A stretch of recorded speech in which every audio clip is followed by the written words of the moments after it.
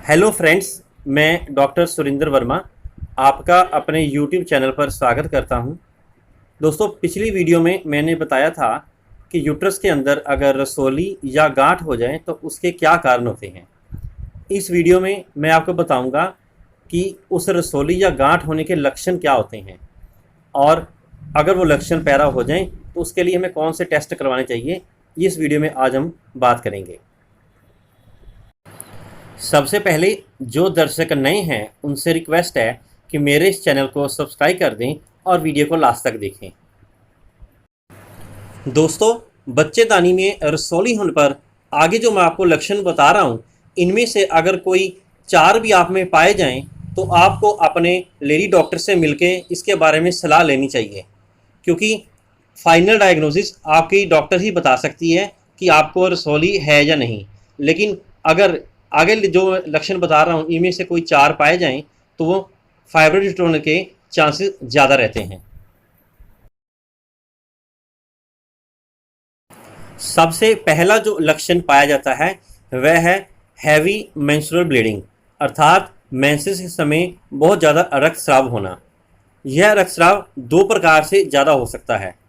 पहला है कि इसकी ड्यूरेशन ज़्यादा हो, अर्थात आमतौर पर जो रक्तस्राव है 4 से 5 दिन के बीच में ख़त्म हो जाता है, लेकिन ऐसे केस में 8 से 10 दिन भी लग सकते हैं।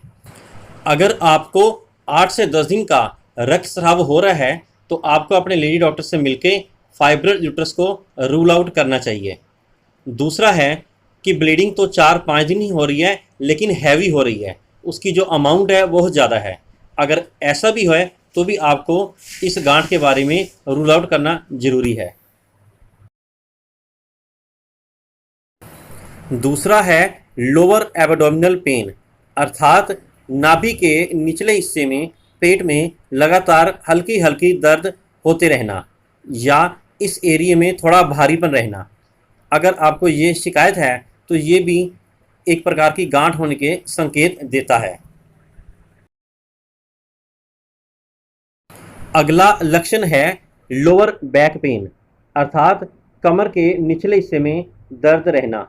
यह दर्द आमतौर पर सुबह उठते ज़्यादा होती है और अगर आप लगातार खड़े होने का काम ज़्यादा कर रही हैं तो उस समय भी ज़्यादा होती है और इसकी इंटेंसिटी बहुत ज़्यादा नहीं होती, लेकिन हल्का हल्का दर्द हमेशा रहता है। अगर आपकी बच्चेदानी में रसौली एंटीरियर सरफेस यानी कि सामने की तरफ है तो उस कारण से आपकी जो यूरिनरी ब्लैडर है वो बार बार इरिटेट होता रहेगा, जिसके कारण बार बार पेशाब जाने की शिकायत रहेगी। इस प्रकार से अगर बार बार आपको पेशाब आ रहा है तो इसके लिए भी आपको सावधान होना चाहिए। हो सकता है कि आपको बच्चेदानी के अंदर गांठ हो।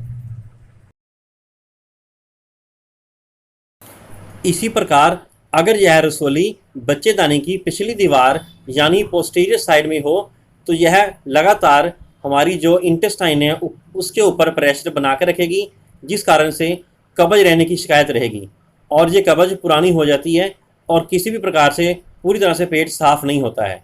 अगर आपके साथ भी ऐसा है तो इसके लिए आपको रूल आउट करना ज़रूरी है।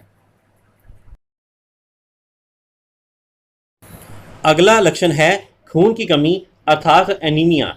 बार बार ब्लीडिंग ज़्यादा होने पर और लंबे समय रहने तक खून की कमी आ जाती है, जिसके कारण शरीर के अंदर खून की कमी हो जाती है और उसके कारण सांस फूलना या जल्दी थकावट होना, इस प्रकार के लक्षण उत्पन्न हो जाते हैं। उससे अगला लक्षण है पेनफुल इंटरकोर्स, अर्थात अपने पति के साथ जब आप फिजिकल रिलेशन बनाती हैं उस समय आपको बहुत ज़्यादा दर्द हो रही है तो यह भी एक रसौली होने की संकेत होता है। और अगर ये आपको दर्द हर बार होती है तो इसलिए आपको इसको रूल आउट करना ज़रूरी है, नहीं तो ये आगे जाके बहुत ज़्यादा समस्या पैदा कर सकती है।